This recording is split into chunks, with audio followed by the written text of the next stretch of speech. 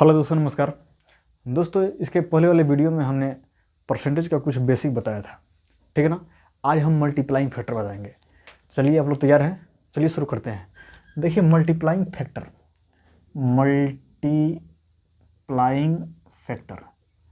देखिए, इसको ध्यान से समझिएगा, बहुत ही इंपॉर्टेंट है। मल्टीप्लाइंग फैक्टर, यहीं से कहानी शुरू होता है। असली कहानी तो यहीं से शुरू होता है, ठीक ना।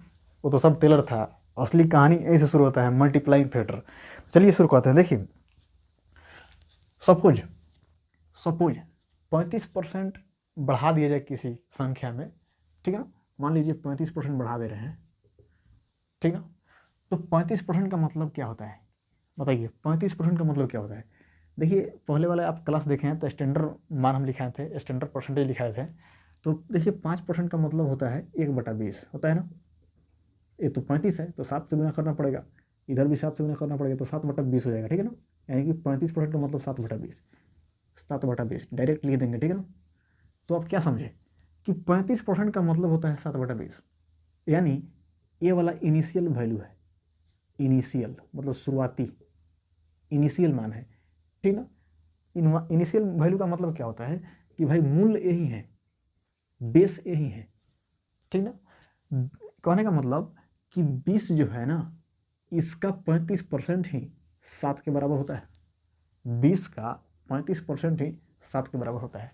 यानी 35% अगर बढ़ाए हुए हैं तो मान लीजिए मूल संख्या हमारा 20 था, तो 35% का मतलब क्या हो गया कि 20 का 35% बढ़ाने का मतलब क्या होगा? 35% का मतलब 7, 20 का 35% 7, तो 7 बढ़ गया इस संख्या में। तो 20 था तो 27 हो गया, 7 बढ़ गया तो इनिशियल वैल्यू में ही बढ़ेगा। तो 20 का 35% ही 7 होता है। तो हमारा इनिशियल वैल्यू 20 था, तो 35% बढ़ा देंगे इसको तो 7 बढ़ेगा। तो 20 में 7 जोड़ देंगे तो 27 हो जाएगा। समझ रहे हैं ना। यही इनिशियल वैल्यू पर बढ़ेगा या घटेगा। तो 20 से 27 हो गया, ठीक ना। तो आप ऐसे समझ लीजिएगा।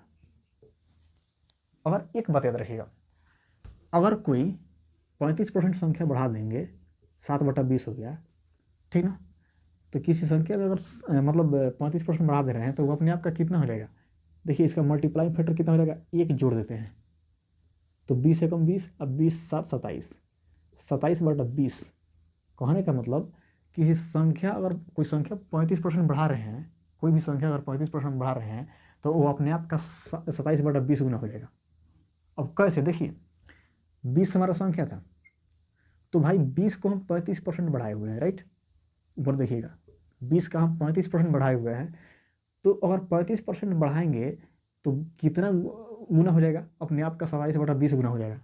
कैसे? देखिए, 20 का 27/20 कर देंगे यहाँ, तो 20 से 20 कट जाएगा, बचेगा 27। तो नहीं समझे? समझे कि नहीं समझे? 20 का 35% बढ़ाएंगे तो कितना गुना हो जाएगा? 27/20 गुना हो जाएगा। 35% बढ़ाने पर 27/20 गुना हो जाएगा। तो यही मल्टीप्लाइंग फैक्टर है। कोई चीज़ बढ़ाएं तो कितना गुना हो गया, ठीक ना। अगर मान लीजिए, फिर और एग्जाम्पल लेते हैं। देखिए, 20% का मतलब कितना होता है? 1/5। मतलब 5 इनिशियल वैल्यू है, 5 का ही 20% 1 होता है, ठीक ना। तो कोई संख्या अगर 5% 20% बढ़ा रहे हैं, तो अब देखिए 20% का मतलब 20% बढ़ा रहे हैं तो 1/5 हो जा रहा है। 20% का मतलब 1/5। तो कोई संख्या अगर मान लीजिए 20% बढ़ा रहे हैं तो अपने वो संख्या कितना गुना हो जाएगा? तो उसको क्या करेंगे? 1/5 में केवल 1 जोड़ देंगे, 5 एकम 5, अब 5 1 6, 6/5 गुना हो जाएगा संख्या। अपने आप का वो संख्या 6/5 गुना हो जाएगा, ठीक ना। तो संख्या यहाँ 5 था, ठीक ना। तो ये 6/5 गुना हो गया है। मान लीजिए 5 था तो 5 का 20% कितना हो गया? 1। पहले 5 था तो संख्या अब हो गया 6। तो ये 5 जो है 6/5 गुना हो गया कि नहीं? 6 का, देखिए सॉरी 5 का 6/5 6 हो गया कि नहीं? तो संख्या में अगर 20% बढ़ाए हुए हैं, ठीक ना, तो संख्या अपने आप का 6/5 गुना हो जाता है। मेरे कहने का मतलब यही है, ठीक ना। 20% बढ़ाए तो 6/5 गुना हो जाएगा संख्या। तो 5 था तो 6 हो गया। ये मल्टीप्लाइंग फैक्टर का कॉन्सेप्ट है। नहीं समझ में आ रहा होगा, कोई बात नहीं, फिर एक दो और लेते हैं एग्जाम्पल। देखिए, 24% की इस संख्या में घटा रहे हैं सपोज, तो 4% का मतलब होता है 1/25। तो 6 से गुना कर दीजिए तो 6/25। 24% का मतलब कितना हो गया 6/25, मतलब 6/25 24% घटा रहे हैं किसी संख्या को, ठीक है ना। सपोज मान लीजिए, यानी कि इनिशियल वैल्यू 25 में 25 का 24% ही 6 के बराबर है, ठीक है, इसमें तो दिक्कत नहीं है। तो 25 का 24% ही 6 के बराबर है। तो कहने का मतलब कोई संख्या 25 था, तो 24% घटाने पर, तो 24% कितना है 6, तो 6 घटाने पर कितना हो जाएगा बताइए। 25 में से 6 जाएगा तो 19 बचेगा। 25 का 24% घटाना है तो 25 का 24% 6 होता है, तो 6 घटाएंगे 25 में से, तो 25 था शुरुआती में हमारा वैल्यू, तो 25 से 6 घटाएंगे तो 19 हमारा लास्ट वैल्यू आ गया। तो आप देखिए, कहने का मतलब कि भाई 25 था तो 6 घट गया, तो अपने आप का कितना हो गया 6/25, मतलब कहने का मतलब 24% घट जाएगा। तो अपने आप का देखिए 25 से कम 25, अब 25 में से 6 जाएगा तो कितना बचेगा 19/25। तो मल्टीप्लाइंग फैक्टर कैसे निकलेगा, कोई संख्या 24% घट जा रहा है तो अपने आप का क्या परसेंट हो जाएगा, सॉरी 24% घट रहा है तो मल्टीप्लाइंग फैक्टर कितना हो जाएगा, वो संख्या 19/25 गुना हो जाएगा अपने आप का। देखिए यहाँ पर 19/25 गुना, जैसे 25 जो है 19/25 गुना नहीं है, और देखिए 25 से 25 कर गया 19 बच गया। तो कहने का मतलब 24% घटा दिए किसी संख्या को तो वो अपने आप का 19/25 गुना हो जाएगा, मल्टीप्लाइंग फैक्टर हो जाएगा, ठीक ना। तो मल्टीप्लाइंग फैक्टर का कॉन्सेप्ट यही था। एक और देखिए, लास्ट देखते हैं। देखिए 20%, माना कि 20% कोई संख्या है, 20% हम संख्या बढ़ा रहे हैं, तो 1/5 होता है ना, याद होना चाहिए आपको स्टैंडर्ड वैल्यू। देखिए तो 5 हमारा इनिशियल वैल्यू है, तो 5 का 20% ही 1 के बराबर है। तो किसी संख्या को, मान लीजिए संख्या हमारा 5 है, इनिशियल वाला संख्या बेस वाला वैल्यू हम यही लेंगे, हमारा संख्या यही है 5, तो 5 का 20% 1, तो 20% बढ़ा रहे हैं, तो 5 का 20% 1, तो बढ़ा रहे हैं 20%, तो मैंने 1 बढ़ेगा, तो 5 से 6 हो जाएगा। मैंने 5 जो था ना, इसका 20% 1 के बराबर है, तो हमारा संख्या 5 था, तो 20% बढ़ा दिए तो कितने बढ़ जाएगा 1 बढ़ जाएगा, तो 5 1 6 हो जाएगा। तो कहने का मतलब कोई संख्या 20% बढ़ रहा है, ठीक ना, तो अपने आप का कौ परसेंट हो गया, अपने आप का कितना, मतलब मल्टीप्लाइंग फैक्टर उसका कितना होगा, तो 1/5 देखिए यहाँ पर है, तो मल्टीप्लाइंग फैक्टर ये बढ़ रहा है ना, तो 1 में जोड़ेंगे। अगर घट रहा होगा तो 1 में से घटाएंगे। मल्टीप्लाइंग फैक्टर निकालने का यही ट्रिक होता है। अगर 20% बढ़ रहा है तो उसमें 1 में जोड़ लेंगे, घट रहा है तो 1 से घटा लेंगे, जैसा कि हम पहले घटाए थे शायद। हाँ यहाँ देखिए, यहाँ क्यों घटाए थे, क्योंकि घट रहा है यहाँ पर, यहाँ बढ़ रहा है तो जोड़ रहे हैं। 5 एकम 5, 5 देखिए इसको जोड़ने का क्या ट्रिक है, 5 एकम 5 और 5 एक 6/5, तो वो अपने आप का संख्या 6/5 गुना हो जाएगा। 6/5 गुना अपने आप का संख्या हो गया, होगा कि नहीं। देखिए 5 था पहले संख्या 5 था, अब 6/5 गुना हो गया। 20% बढ़ने के बाद 20% बढ़ा है, उसके बाद हमारा 6/5 गुना संख्या हो गया, तो 5 का 6/5 गुना करेंगे तो 6 नहीं रहेगा। तो मल्टीप्लाइंग फैक्टर ऐसे निकलता है, ठीक ना। अगर बढ़ रहा है तो 1 में जोड़ के हम मल्टीप्लाइंग फैक्टर निकालेंगे, घट रहा है तो 1 में घटा करके मल्टीप्लाइंग फैक्टर निकालेंगे। इस प्रकार से मल्टीप्लाइंग फैक्टर का कॉन्सेप्ट आसान हो जाता है, ठीक है। कोई भी चीज़ है, कोई भी चीज़, ठीक ना, तो आप ऐसे निकालेंगे मल्टीप्लाइंग फैक्टर। बहुत बेस्ट कॉन्सेप्ट है।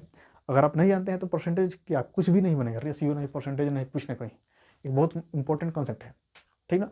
थोड़ा अब इसको देखिएगा, आगे चलते हैं। तो चलिए शुरू करते हैं।